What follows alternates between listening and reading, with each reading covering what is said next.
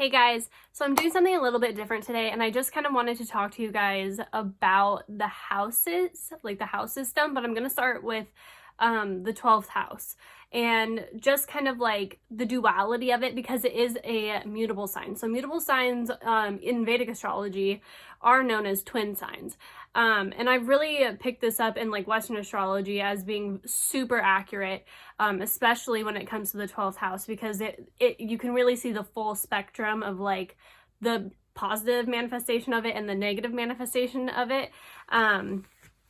And if you guys don't know, the 12th house is, you know, the Piscean house. It's where, it's called like the house of the self-undoing. It rules the Hanged Man in tarot. And it's a very interesting house because it speaks to things like unconditional love, as well as like asylums and like prisons. And so like naturally I've always been like drawn to this energy because it's something that it's pretty like it's untangible, and it's supposed to be that way because the 12th house actually is you know, like the astrological representation of like the 5D, and if Virgo's like reality and that's like the 3D. So yeah, I have like some notes over here just so I don't get lost, because I have a tendency to like ramble and kind of get lost in the sauce because I have a lot of Gemini, and it's interesting because my 12th house is in Virgo. But oh, also your 12th house has a lot to do with how you act when you are inebriated or intoxicated. So for people who have like Libra in the 12th house, they'll be more social when they're inebriated. This also plays kind of on the moon because Pisces is like a moon element, or lunar element, I should say. But like for me, I have it in Virgo, so most people like don't know how intoxicated I am. I no longer drink anymore, as part of like a spiritual practice, which I plan on touching on a little bit. But yeah, just in case you guys didn't know, like if you guys wanted to know how people perceive you when you are under the influence of alcohol, 12th house will let you know. So yeah, the 12th house rules like unconditional love, and this is like the highest form, like the highest vibration and manifestation of this energy. So I mean, it speaks for itself, right? But this also means like we've dissolved all of the other aspects or things that we attach to love through like the 1st through the 11th house. So like with 1st house, it's like, you know, the ego, and 2nd house is like things, like stuff. 3rd house, you know, thoughts and people's like words and how that affects like our perception of them. And like 4th house is like familial love.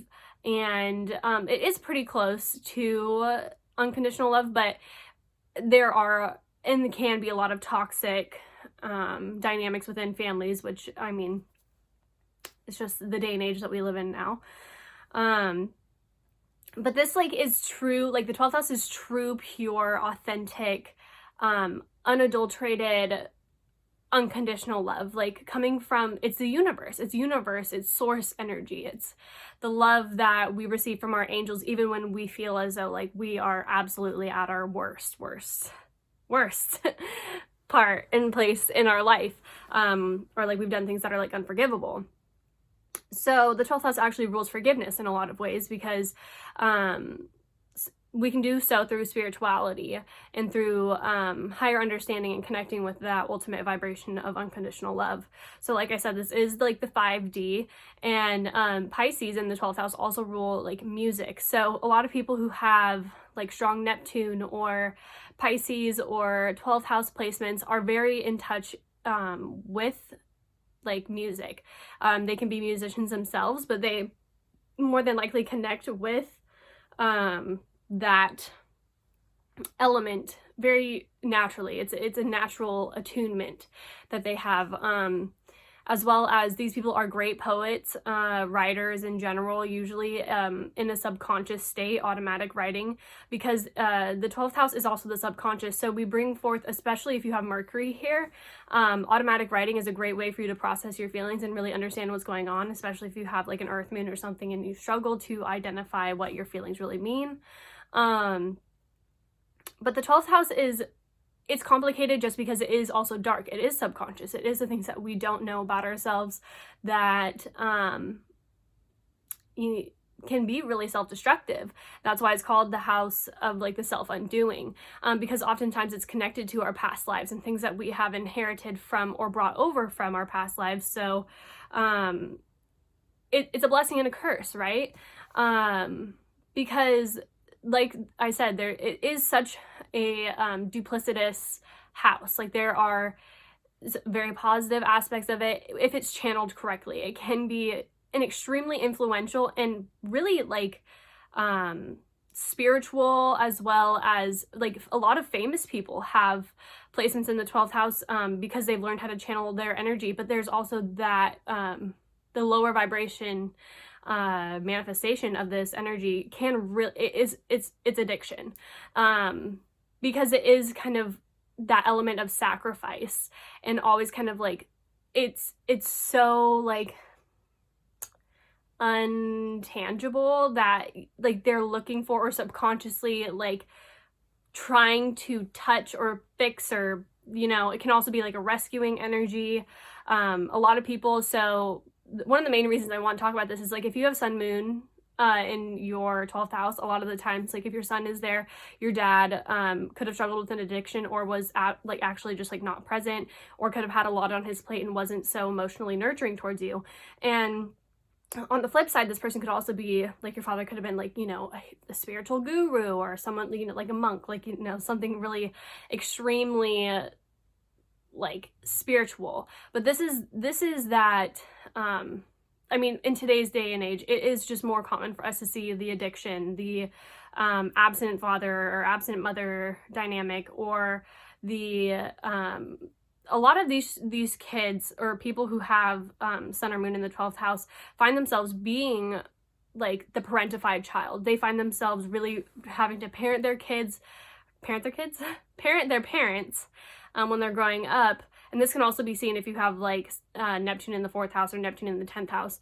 But it's a very challenging placement, because these people are also usually very sacrificial towards these like parental figures. So oftentimes if I see somebody with like a sun in the 12th house, they have this desire and like subconscious need to win the affection of their father.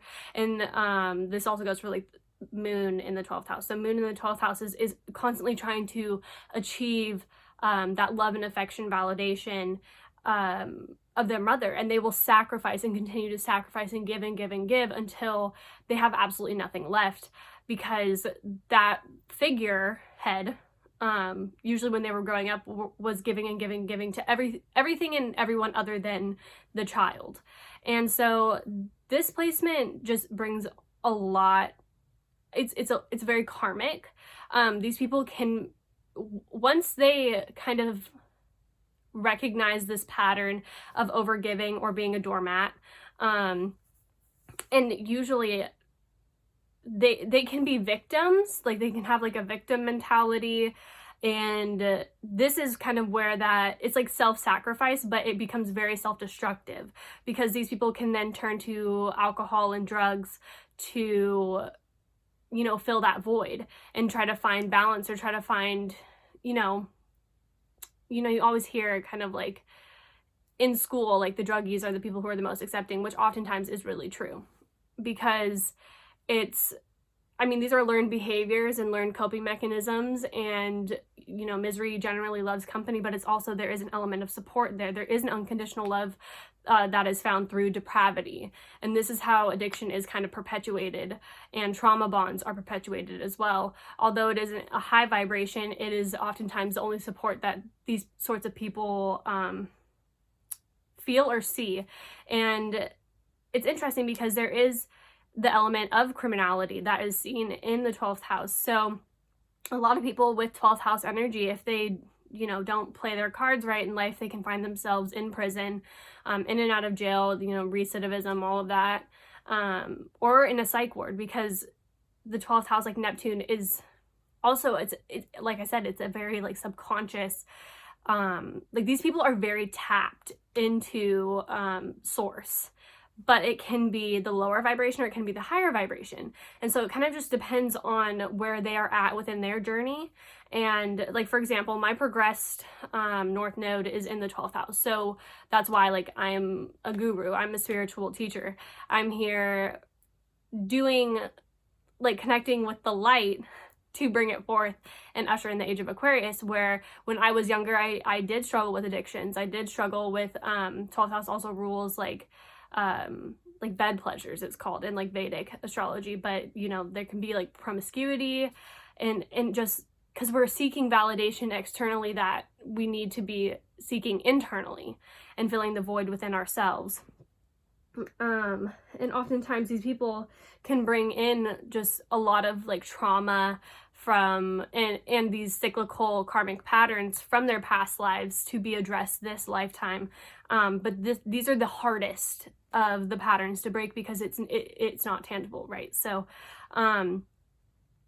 this is just it's a difficult placement, but it can be really beautiful when we transmute the energy from addiction and neediness and being a doormat and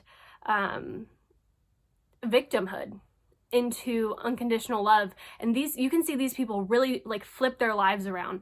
And once they get sober, they can become like amazing counselors, amazing therapists, people who can help other people break these subconscious patterns and just lack of self-love.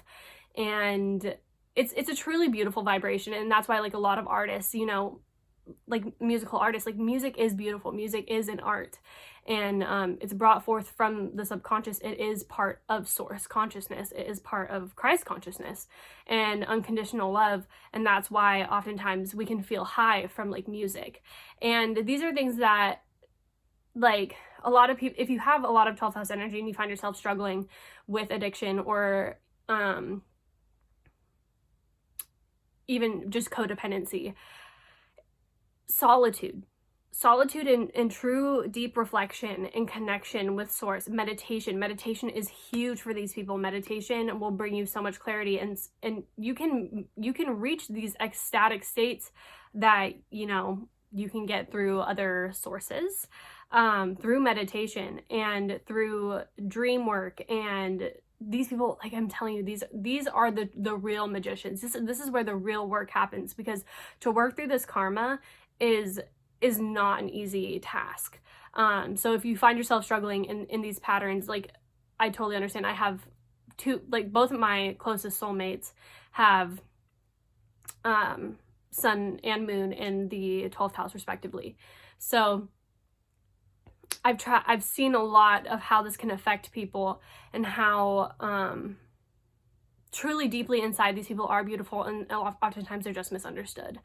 And it's all about where you direct your energy, and you guys are huge conductors of energy. These people are huge.